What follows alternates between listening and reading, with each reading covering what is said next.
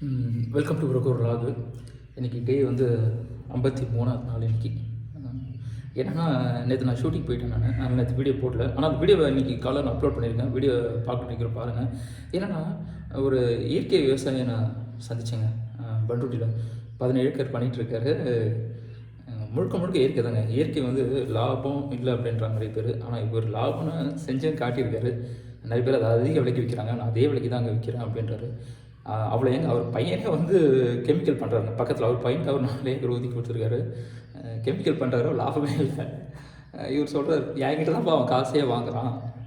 அதாவது வேலை செய்கிற ஆளுக்கு கூலி கொடுக்கறதுக்கு வந்து என்கிட்ட தான் அவன் காசே வாங்குறான் அப்படின்றாரு. அவரோட பணிக்கு போயிருந்தேன். சூப்பராக இருக்குங்க. அதாவது 50 ஆளுங்க செய்ய வேண்டிய ஒரு வேலையை வந்து ஒரு 4 பேரை வச்சு பண்ணிகிட்ருக்காருங்க. என்னென்ன பண்ணுறாரு, வாழை பண்ணுறாரு, நெல் பண்ணுறாரு, அப்புறமா நாட்டு மாடு வச்சுருக்காரு, பூக்கள் சாகுபடி பண்ணுறாரு, காய்கறி சாகுபடி பண்ணுறாரு, வாழை சாகுபடி பண்ணுறாரு. அவர் பண்ணிக்கு தேவை இயற்கை வரங்களை ஒரு மாடை வச்சு அந்த 17 ஏக்கரை வந்து விவசாயம் பண்ணுறாருங்க. அந்த இடமே வந்து அவ்வளோ பசுமையாக வச்சுருக்காங்க. அவர் கொய்யா சாகுபடியில் பெரிய ஒரு ஆளாங்க. அந்த கொய்யா சாகுபடி பண்ணி தான் அந்த ஒரு 15 ஏக்கரே நிலமே நான் வாங்கினேன் அப்படின்னாரு. கேட்கும்போது ரொம்ப சந்தோஷமாக இருந்தது. வீடியோ பார்க்கணும் அப்படின்னு நினைக்கிறவங்க கீழே நான் லிங்க் டிஸ்கிரிப்ஷனில் கொடுக்குறேன். நான் சைடில் ஓடிட்டுருக்கல, அதுதான் அது. அந்த வீடியோ பாருங்கள். நேற்று போகும்போது மனசு கஷ்டமாக இருந்தது. ஏன்னா சண்டே வந்து எங்கள் அம்மாவோட தோசைக்காக நான் வெயிட் பண்ணுவேன். ஏன்னா அந்த சண்டே வந்து என்ன சொல்கிறது, உலகத்தில் எங்கேயுமே கிடைக்காத தோசைன்னுவேன். ஆனால் கொஞ்சம் வேலைகளால் வந்து என்னால் போன சண்டையும் சாப்பிட முடியல, இந்த சண்டையும் வந்து என்னால் சாப்பிட முடியல. அவங்க தோசைக்காக தான். என்ன ஒன்று அவங்க கொஞ்சம் பேக் பெயின் வந்துருச்சுன்னாங்க. சரி, அதுக்காக யோசித்தேன். சரி, எனக்காக அவங்க வந்து தோசையை வந்து கஷ்டப்பட்டு சுட வேண்டாம், அதுக்காகவே நான் வந்து கிளம்பிட்டேன்.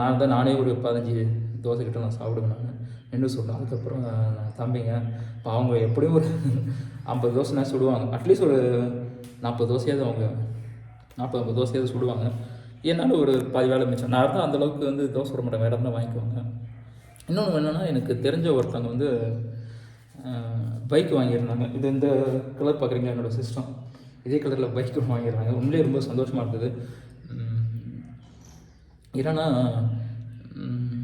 அவங்க நான் நேற்று விஷ் பண்ணல. ஏன்னா நான் பேசினா பிடிக்காது, அதனால் வந்து நான் விஷ் பண்ணலை.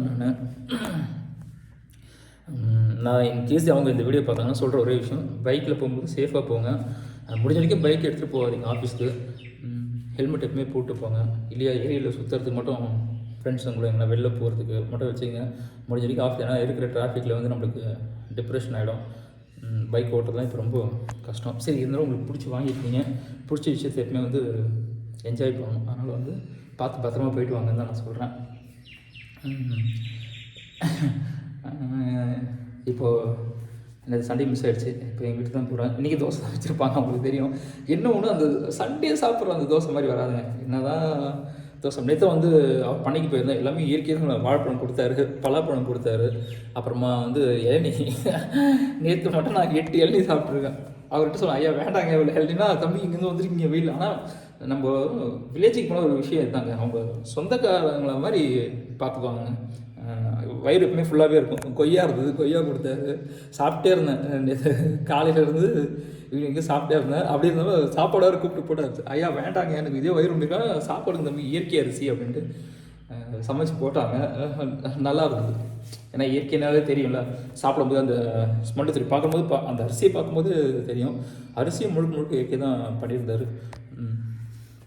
அவர் சொல்கிற ஒரே விஷயம் என்னென்னா, உடம்பு ரொம்ப முக்கியம். அதுக்காக ஒரு நல்ல ஒரு சாப்பாடு சாப்பிட்டா தான் நம்ம உடம்பு வந்து நல்லாயிருக்கும், ஆரோக்கியமாக இருக்கும். அதுக்காக தான் இயற்கையில் விளைஞ்சது வந்து நான் வந்து பண்ணுறேன் ஆனால் உண்மையிலே வந்து நஷ்டம் கிடையாது, லாபம் தான் அப்படின்னு சொல்கிறாரு. கேட்கும்போது ரொம்ப சந்தோஷமாக இருந்தது. அடுத்த வாரம் எங்கே போகிறதுன்னு தெரியல. பட் கீழே இப்போ சாப்பிட போகிறேன். எங்கள் அம்மா திங்கக்கிழமையான தோசை தான். எனக்கு அதை நான் ஒரு தோசை பிரியர். இப்போ தோசை தான் சொல்லிருப்பாங்க. தோசத்துக்கு என்னென்ன வச்சுருக்காங்க அப்படின்றத வந்து பார்க்கலாம்.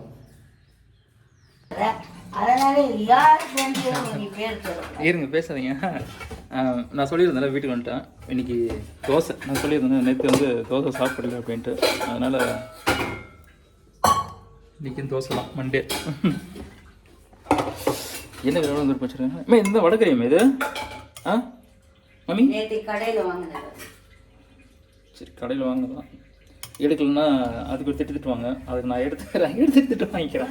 உனக்கு தான் சட்னி அரைச்சி வச்சுக்கிறேன். சரி, ஆசைப்பட்டீங்க வாங்கிட்டீங்க. நாங்கள் ஒன்று உனக்காக வாங்கலையே. சரி, ஏதோ ஒன்று. இன்னைக்கு தோசைக்கு வந்து வடகறி ஹோட்டல் தான் வாங்கினாங்க. நான் எடுக்கலாம் திட்டுவாங்க, எடுத்தாலும் திட்டு தான் செய்வாங்க. சரி, என்ன பண்ணுறது, வாங்கிக்க வேண்டியது தான். நமக்கு ஏன்னா சோறு தானே முக்கியம். அதனால் இன்னைக்கு மண்டே தோசை இன்னைக்கு. அதனால் வந்து கண்டுக்கூடாது. சாப்பாடுக்காக நம்ம எதனாலும் விட்டு தரலாம். வெக்கமான சூடு சொன்னேன் எதனா விடலாம். ஆனால் வீட்டில் தான் விட்டு தரணும், மற்றவங்கிட்ட விட்டு தரக்கூடாது. வீட்டில் மட்டும் வெக்கமான சூடு தரலாம் காட்டவே கூடாதுங்க. வெளியில் எல்லாத்தையும் காட்டலாம், வீட்டில் காட்டக்கூடாது. இன்னொரு விஷயம் என்ன அப்படின்னு பார்த்தீங்கன்னா, இப்போது மட்டன் குழம்பு சண்டே இல்லை, அதனால் மட்டன் குழம்பு செஞ்சுருக்காங்க. நான் இல்லைன்ட்டில், எனக்கு மட்டன் தான் ரொம்ப பிடிக்கும். சிக்கனை விட மட்டன் தான் விரும்பி சாப்பிடுவேன். அதனால் மட்டன் நேற்று செஞ்சுருக்காங்க. சரி, நேற்று இருந்தது அப்படியே சூடு பண்ணி வச்சுருக்காங்க. நான் 2 நாள் 3 நாள் கூட நான் சாப்பிட வந்து விட மாட்டேன், வைக்கவும் பட மாட்டேன். நம்ம வீடு தானே, 3 நாள் கூட சாப்பிட்லான்ட்டு எல்லாமே வந்து 3 நாள் கூட சாப்பிடுவேன். சரி, அதனால் இன்றைக்கி மட்டன் கொஞ்சம் எடுத்துருக்காங்க. நான் சொல்லியிருந்தேன்ல, எங்கள் அம்மாவோட தோசையை வந்து நேற்று மிஸ் பண்ணிட்டேன் அப்படின்ட்டு.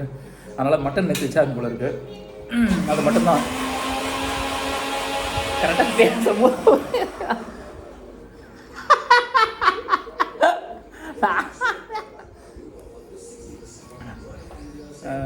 நேற்று சொல்லியிருந்தேன், நேற்று ஷூட்டிங் போயிட்டேன். அதனால் நேற்று மட்டன் வச்சாங்க. அந்த மட்டன் மட்டும் தான் ஊற்றுறேன் நான். இருந்தாலும் அந்த சண்டே தோசை மாதிரி வராதுங்க. சண்டே சாம்பார் இந்த தோசை மாதிரி வரல. சரி, மட்டன் வச்சாங்க. அதுவும் திங்கக்கிழமை காலங்காலத்திலேயே மட்டன் சாப்பிட்ற ஒரே நான் தான் இருப்பேன். ஆனால் வீடாக இருக்கே ஒரு 2 நாள் 3 நாள் கூட சரி சூடு பண்ணி கொடுப்பாங்க, அப்படியே சாப்பிட்ருவேன். அது ஒரு டேஸ்ட்டில் இருக்குங்க. ஒரு 2 தோசைக்கு அது பேர் வந்து வடகறி சாப்பிட்டேன். மீதி 2 தோசைக்கு இது மட்டன், இன்னும் 2 தோசைக்கு சட்னி ஊற்றிக்க வேண்டியது தான்.